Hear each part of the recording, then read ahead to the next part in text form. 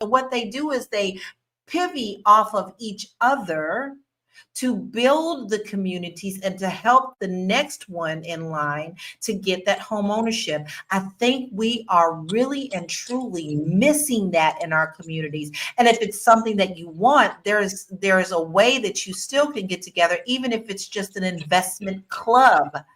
So there are ways to get around that. And I think that we can definitely learn from what other communities are doing in order to build our wealth in our communities and to help show by doing the next generation that if they really want it, they can get it.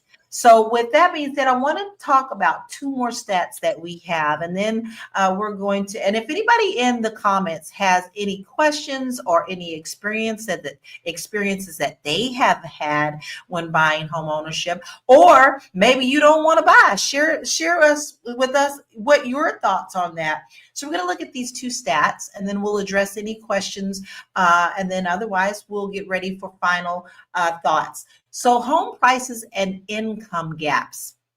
Get ready for this. According to the National Association of Realtors, the median price of a home in 2024 is more than 50% higher than it was a decade ago, making it difficult for younger first-time buyers to enter the market.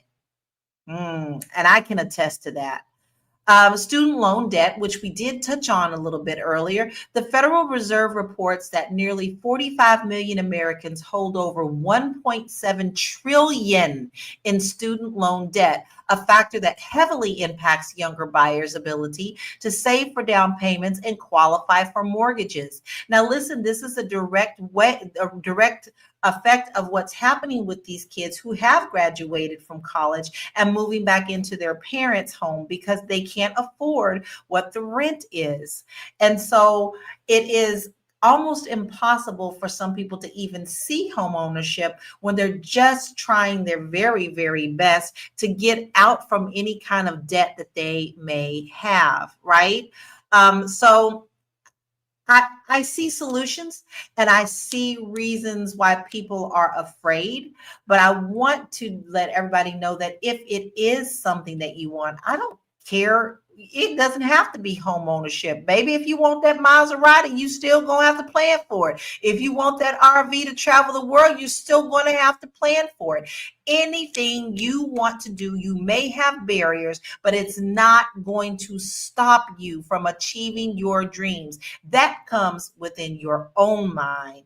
So we didn't have any comments right now, but or any other questions that we have about that. So I'm going to move us into our final thoughts. And I'm going to start with you, Marlo. What are your final thoughts and where can we find you?